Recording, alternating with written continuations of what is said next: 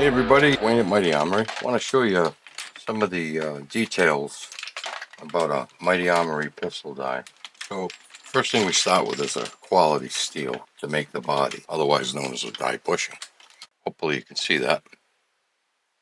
You can see the knurling is very nice quality, easy to get a hold of. Threads are super consistent, no sharp edges. There's a step here, and then there's the area that the sizing butt turns into the die body with a little bit of red Loctite.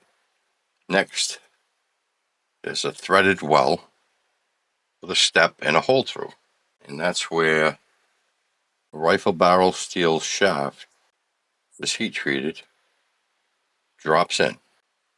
There's a step cut on the top end, so you can hold it with a wrench or put it in a vise to install your pin. What you want to do is you want to turn, well, let me back this out first. You want to turn the pin and just get it started. Then you want to put a little bit of, and this will come with your die, purple vibraTITE. It's number 111 on the vibraTITE website, which is NB Industries. So now you're going to turn that in with that thread locker on there. You're going to see a nice mating. Get a 3/16 wrench, put it on the flats of the pin, and just snug it. Don't tighten it, just snug it. Give it about 10 or 15 minutes for the vibraTITE to set up, and you're good to go. With this pin design, if this misses the flash hole, you could snap this off right here and leave threaded shaft up into the main shaft, or maybe bend the pin. It'd take a lot of force, but if you're going really fast, it's going to be too late. So if you tighten this up, you won't miss those flash holes. And if you use the vibraTITE, you'll definitely remain together. So you get that into that flash hole, this pin's just going to last and last and last. If not, you're going to have trouble. So now you drop the shaft down into the well. You will drop your wavy spring in. This is the spring that allows the shaft to rise and then rebound and flick the primer off your pin.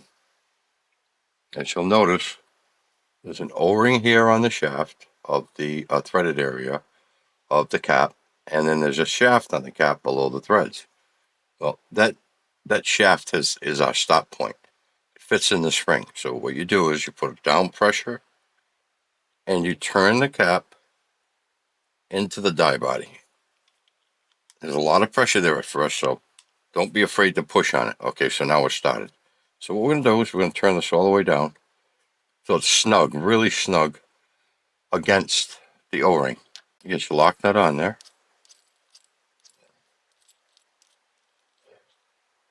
One of the reasons we call this a TNT die is because it's a SAMI spec sizing die.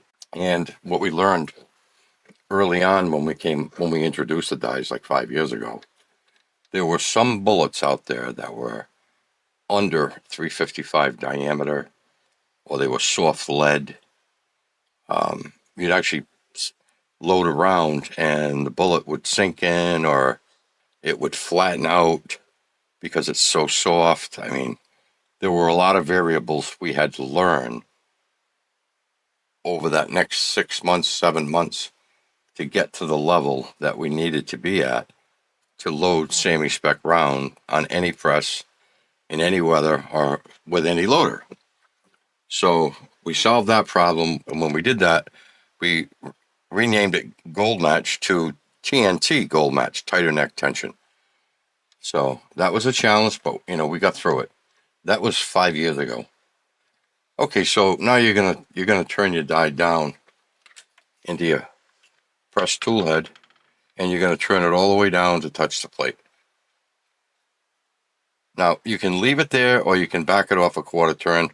It really does depend on which press you're using and what the press manufacturer recommends. On the X10, the Frankfurt Arsenal X10, which I'm demonstrating on, I like to back it off a quarter turn. The reason for it is my cases don't sit exactly level on this plate. I do back it off that quarter on this press to eliminate any kind of sticking at the bottom of the stroke. Your press is going to tell you what you need to do. So now we just lock the die down. And what we want to do is we want to use PEG 75 lanolin mixed with 6 ounces of 91, not 99, 91% alcohol. And what's nice about it is, you spray it on, you wait the 15 minutes, 20 minutes, the alcohol and the water that might be mixed in evaporates. All you're left with at that point is a nice, soft, smooth polish, like a car polish, on the case, which means after you load, if you don't want to wipe the little bit of lube away, you don't have to. It basically just dries up and disappears. And it works really good with our dies. In fact, it's really the only lube we recommend for our pistol dies. If you're loading on a single stage or a turret press with our pistol dies, you can certainly finger on Imperial Wax. It also works great. But stay away from aerosol lubes. Aerosol lubes have a tendency not to mix well, and they can become very gluey or gooey inside the die, which will cause any kind of brass filings from the brass to stick on the bore and then scratch the next case coming. So stick with the PEG 75 lanolin.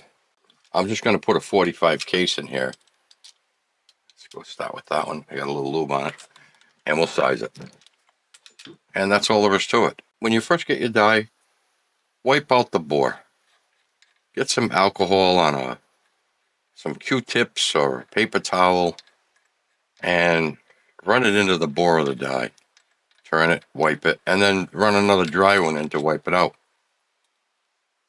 The reason I ask you to do that is because sometimes after we polish, there may be, not always, but there may be a little bit of grit in the bore here. And if that grit's there and you go to size, yeah, you might see a little scratch on your case. So you take the die out, you clean it, and you don't see that again. But yeah, always wipe this bore out with Q-tips or paper towel with alcohol, and then do the same thing with a dry Q-tip or paper towel. The other thing to do is, again, always remember to tighten this down all the way and then back it out that quarter turn. That gives you the gap that you need to allow that shaft to rise and allows the spring to rebound, driving that shaft down into the die body and flicking that primer off the pin and down the chute of the press. So, in short, these are the features that make Mighty Armory dies unique, filled with quality, precision machined, and one more key feature. These butts are on a number of dies, hundreds of ammunition manufacturers, and there's millions of cycles, sizing cycles on these dies, and they're still in spec and they're still going strong. The huge benefit to this is you don't have to worry about a tiny little ring that's pressed into this. That's called carbide, that will allow you to size without lube, but only for a certain amount of time. If you're going fast and you've only got a ring that's just pressed in and it's only this thick, A, you're undersizing, which we already discussed, hourglassing, bullet bulge, and B, after a period of time, there's no hold on that ring. It's going to heat up, it's going to fall out, or it's going to crack. So you're not going to get anywhere near the sizings that this die is going to allow you to get. And if you're in an ammunition house, for those who are using those dies, and believe me, we've replaced a lot of them, I've heard, you might get 150,000 cycles out of them and the ring falls out and they got to buy a new one at 150 and wonder how many they're going to get out of it after using it. So with this, it's a guarantee. You're well into the millions with it, and you're trouble-free, and you've got semi-spec ammo when you're done with our sizing, our flare, and our crimp. We do recommend our seating as well, and our hold downs and decap dies, but you don't have to start with those. So, hey, that's the 9mm die, or the 45, or the 40, or the 38 Super, or the 38, the 357, the 10mm, whichever it may be. The facts are all the same. All the facts are the same. So, any questions? Email us, call us, text us, message us on Facebook or Instagram. We'll be happy to help you. Hope you enjoyed the video. Hope you understand more about Mighty Armory's design and qualities. Thanks for listening.